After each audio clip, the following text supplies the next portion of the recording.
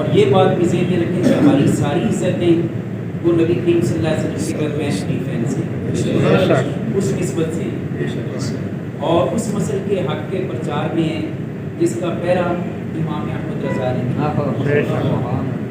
میں تو اکثر یہ کہا کرتا ہوں جملہ کہ میں کوئی دعا کروں نہ کروں یہ سارے ثواب کروں نہ کروں، جتنا میں مجھ سے اللہ کام لیتے ہیں دین کا اس کا ثواب ایٹومیٹلی طور پہ اعلیٰ حضرت کو ضرور جاتا ہے. ہم لوگ مخلص ہو جائیں اپنے مسلک کے ساتھ. منافقت یہ ہمارے اندر سے تب نکلے گی کہ جب ہم مخلص ہوں گے. خود کے اپنا مسلک بیان کریں، ضروری نہیں کسی پہ اڈن کرنا، کسی کو گالی گلوز کرنا، مگر اپنا مسلک تو کھل کے بیان کریں. ہم کتنے ہی ایسے لوگ ہوتے ہیں کہ جو ایک ہمارے دوست تھے وہاں مصطفیٰ آباد ہریانی میں ہوا کرتا تھا، ان سے یہی شکوہ تھا کہ وہ مسلک کی باتیں گول کر جاتے ہیں. میں نے ایک بار انہیں کہا کہ حضرت آپ ایسا کیوں کرتے ہیں؟ کہنے لگے جی وہ بس سننے والے مختلف طبیعتوں کے لوگ ہوتے ہیں. میں نے کہا یہی مسلک نے ہمیں مار گئی ہے. اعلیٰ حضرت والی حکمت جو ہے وہ سب سے بہتر حکمت ہے. فاروق اعظم رضی اللہ عنہ والا جلال وہ ہمارے اندر ہونا چاہیے. ٹھیک ہے حکمت سے خالی نہیں، جہاں پہ جیسی آپ کو وقت اجازت دیتا ہے، ماحول اجازت دیتا ہے، اس حوالے سے ہم دین کی خدمت کریں.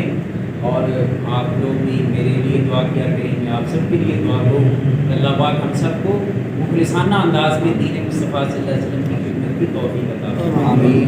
اور یہ جو دین کی خدمت کے لیے ہم چنے ہوئے ہیں نا، اپنی کچھ نصیبی پہ کبھی مان کیا کریں تنہائی میں بیٹھ کر.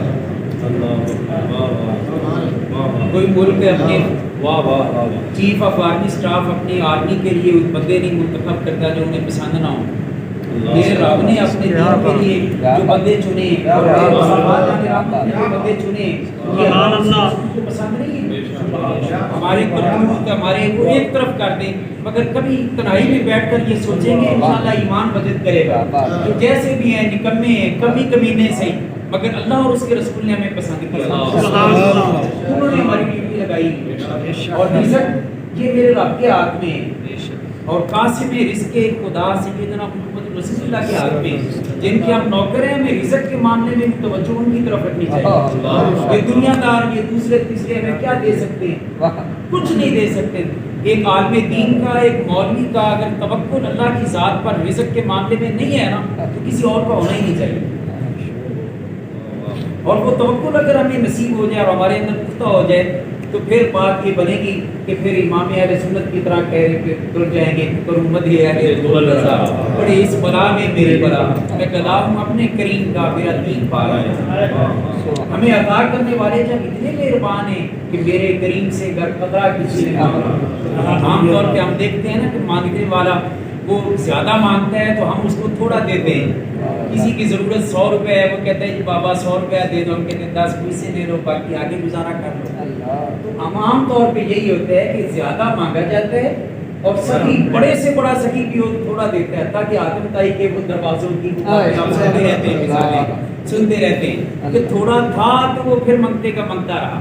مگر ہمارے امام اہل سنت جنہیں بھیک ملی نا اس پاک در کی وہ کہتے ہیں کہ ہمارے کریم جو ہے ان کی شان یہ ہے کہ میرے کریم سے گر قطرہ کسی نے مانگا. اچھا عجیب بات، میرے آقا حضرت فرماتے ہیں کریم میرا ہے اور مانگنے والا ضروری نہیں کہ ہمارا ہو، وہ کوئی بھی ہو. میرے کریم سے گر قطرہ کسی نے مانگا تو دریا بہا دیے ہیں. مانگا قطرہ دریا بہا دیے ہیں. اور صرف دریا بھی نہیں کہ چھانی لگا کے وہ دریا دے دیا اور اس میں مچھلیاں بھی پیچھے رہ جائیں، ہیرے جواہرات بھی پیچھے رہ جائیں، موتی بھی پیچھے رہ جائیں. نہیں، فرمایا کہ میرے کریم سے گر قطرہ کسی نے مانگا دریا بہا دیے ہیں، در بے بہا دیے ہیں. تو ہم اس کریم کے در کے مانگتے ہیں. اور وہ اور لوگ ہوں گے جو کہتے ہیں کہ بس صرف اللہ باقی سب کچھ نہیں. ہمارے لیے سب کچھ مصطفیٰ ہیں اور مصطفیٰ کے لیے سب کچھ خدا ہے. سبحان اللہ. وہ عطا کرتا ہے اور ہمیں عطا مصطفیٰ کرتے ہیں. اور اس عقیدہ پر کبھی معذرت خانہ رویہ میں نہیں اختیار کرنا چاہیے. ہمارے عقائد جو ہیں الحمدللہ وکیل مجھ جیسے نکمے ہو سکتے ہیں مگر عقائد ہمارے سچے ہیں. ان کو برملا واضح انداز میں دو انداز میں ہم بیان کریں. وہ ایک کہنے لگا کہ حضور کو مختار کل کہنے والا مشرک ہو جاتا ہے.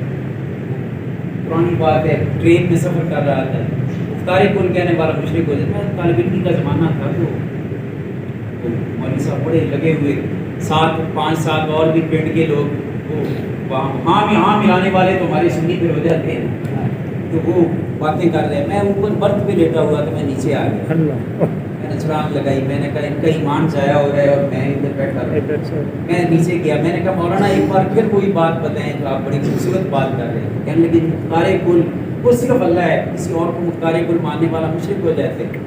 تو میں نے کہا مولوی صاحب پہلے تو یہ کریں کہ مختار سیدھا بتائیں مجھے کہ یہ سیدھا کون سا بنتا ہے، پھر اس کا معنی نکالیں گے، پھر اس کے بعد فتوے کی بات کریں گے، فتویٰ بنتا ہے یا نہیں بنتا. اب وہ بڑا پریشان ہوا، کہنے لگا جی مختار پہلے 5 7 بار کو نہیں کیا. میں کہا مولوی صاحب میں بتا دیتا ہوں، یہ مختار فاعل اور مفعول دونوں سیغے پر ہوتے ہیں. کہنے لگے اچھا، تو میں نے کہا پھر معنی بھی دونوں بنتے ہیں. کہنے لگے کیسے؟ میں نے کہا مختار اگر فاعل کے معنی میں لیں تو اس کا معنی بنے گا اختیار دینے والا. تو میں نے کہا دینے والا بن ہی نہیں سکتا جب تک کوئی لینے والا نہ ہو. تو اللہ مختار کل اگر ہے فاعل کے معنی میں تو کوئی تو ایسے ہوں گے جنہیں اللہ نے اختیار دیا ہے. کیا بات. تو کہنے لگے، میں نے کہا اختیار کے بغیر تو قیامت کا حساب کتاب ہی نہیں. مجھے میرے ہاتھوں پر اختیار ہے تو مجھ سے حساب ہوگا، اس ہاتھ سے تو نے یہ کیا اور یہ کیوں نہیں کیا. کوئی مائی کا لال کہے کہ کسی اندھے کو قیامت والے دن اللہ پاک پوچھے گا کہ تو اکھاں کیوں مارتا ہے. جس کو اختیار ہی نہیں دیا اس سے حساب ہی نہیں ہے. تو جب ہر بندہ جو ہے، ہر بندہ اس کو اللہ نے اختیار دیا ہے. آپ خود پتہ جانتے ہیں اور مجھ سے زیادہ جانتے ہیں، میں تو صرف وہ عقائد کی گفتگو کے حوالے سے کرنے لگا تو مضبوط ہو جائیں کہ پتہ جب بانٹ رہا ہوتا ہے نا اس لائن میں اگر محبوب آ جائے ساری دیکھ دیکھ دل نہیں کرتا. تو میں نے کہا مختار کل کا اگر فاعل والا معنی کریں تو تب بھی اللہ پاک نے کسی کو تو اختیار دیے. مفعول کے معنی میں تو حضور کو پھر مختار کل مان لو.